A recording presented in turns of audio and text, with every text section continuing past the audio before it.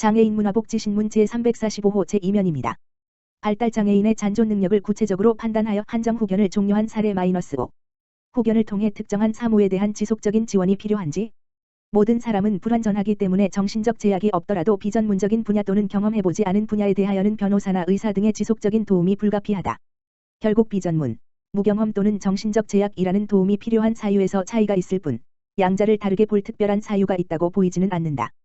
그렇다면 필요에 따리 변호사나 의사를 찾는 사람들처럼 정신적 장애인 역시 정신적 제약으로 특정한 사무를 스스로 처리하기 어려운 경우 후견인의 도움을 받되 그 사무 처리가 완료되면 후견은 종료하고 그 뒤에 다시 후견인의 도움이 필요할 때 후견을 개시하게 하는 것이 자연스러울 것이다. 아울러 다시 후견을 개시할 때까지 심사기간 동안의 공백 우려는 심리기간을 단축시킴으로써 해결할 수 있을 것이다. 일상적인 사무에 대한 후견인의 지속적인 지원이 필요한지. 정신적 제약으로 인해 일상적이고 반복적으로 이루어지는 금전 지출 등 법률 행위에 대한 지원이 필요한 자에 대하여는 후견이 지속적으로 유지될 필요가 있다는 의견도 있다. 다만 이 경우라도 피후견인이 스스로 결정할 수 있는지 여부는 개별 사무에 따라 구체적으로 판단해야 할 것이고 그가 이해할 수 있도록 가능한 모든 방법으로 정보를 제공하기 전에 섣불리 그런 능력이 부족하거나 없다고 단정하여서는 안 된다.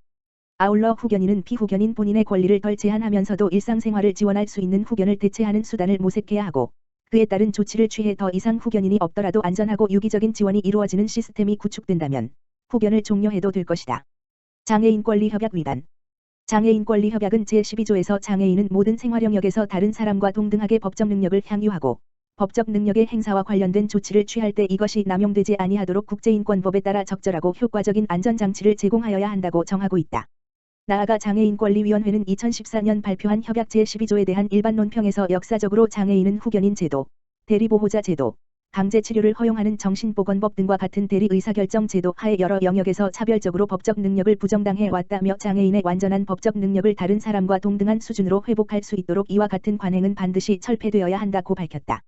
아울러 2014년 대한민국의 제1차 국가보고서에 대한 최종 견해를 통해 대한민국이 대체의사결정에서 의학적 치료에 대한 사전 동의 및 철회, 사법 접근성, 투표, 결혼, 근로, 거주지 선택 등 개인의 권리에 관하여 개인의 자율성, 의지 및 선호를 존중하고 협약 제12조 및 일반 논평 1호에 충실히 부합하는 조력의사결정으로 전환할 것을 권고하기도 하였다. 피후견인에게 구체적으로 후견인의 도움이 필요한 사무가 있는지 여부와는 관계없이 정신적 제약이 있다는 점만으로 후견을 지속하는 현행 민법은 장애인권리협약 제12조에서 금지하는 법적 능력 행사와 관련한 조치의 남용에 해당하고 동조항에 대한 장애인권리위원회의 일반 논평과 대한민국 정부에 대한 권고 의견에도 배치된다. 본 기고문은 장애우권익문제연구가 장애인 차별 시정과 평등 실현을 위한 법원 판례 바꾸기 운동의 일환으로 배포한 첫 번째 자료집을 일부 편집하여 게재한 글입니다. 대쉬 편집자주 10명의 우영우가 근무하는 기업 우리일터. 우리일터, 경기도 부천시 석철로 397, 대표 이익재. 는 장애인 기업이며 장애인 표준사업장으로 2021년 10월에 창립한 신생기업이다. 우리일터는 심각한 환경 문제를 발생시키는 플라스틱 물티슈를 대체할 수 있는 100% 천연 펄프 물티슈를 생산 판매하는 친환경 기업을 모토로 출발하였다. 그리고 그 과정을 사회적 취약계층인 장애인 일자리에 최적화된 장애인 표준사업장에 담았다. 환경보호, 인바이런먼트, 사회공헌, 소셜, 윤리경영, 거버넌스 을 요소로 하는 ESG 기업 평가지표에 가장 부합하는 기업이라 할 수 있다. 우리일터에는 발달장애인, 정신장애인, 신장장애인, 시각장애인, 지체장애인 등 다양한 유형의 장애인 10여 명이 근무하며 그중 장애 정도가 심한 근로자는 7명이다. 그리고 근로자의 장애 정도와 유형에 따른 근무 형태와 업무는 차이가 있다. 하지만 어렵게 만들어진 일자리가 없어지지 않고 오랫동안 출근할 수 있기를 바라는 마음은 모두가 같다. 하지만 사업이란 선한 의지만으로 성공할 수 있는 것이 아니다. 기후위기 환경 문제를 떠드는 매스컴과 달리 질기고 값싼 플라스틱 물티슈가 점령한 시장에서 친환경 물티슈는 가격 경쟁력에 밀리고 내구력이란 사용 편의성 면에서 외면받았다. 일부 친환경 물티슈 시장은 자금력과 조직력을 갖춘 대기업의 몫이었다. 영세하게 출발한 우리일터는 금세 한계를 노출하며 생산을 중단했다. 장애인 근로자들은 팔리지 않고 쌓인 일회용 물티슈의 포장을 풀었다가 재포장하기를 반복하며 내일도 출근할 수 있을까? 라는 걱정을 한다. 이에 이익재 대표는 이전 사업 경험을 살리는 한편 장애인 업무 영역을 확장할 수 있는 새로운 사업의 발굴을 통해 사업 다각화라는 공격적 경영으로 해법을 모색하고 있다. 현재 우리일터는 미디어 사업부를 신설하여 영상 촬영 편집 및 콘텐츠 개발 업무까지 진행하고 있다.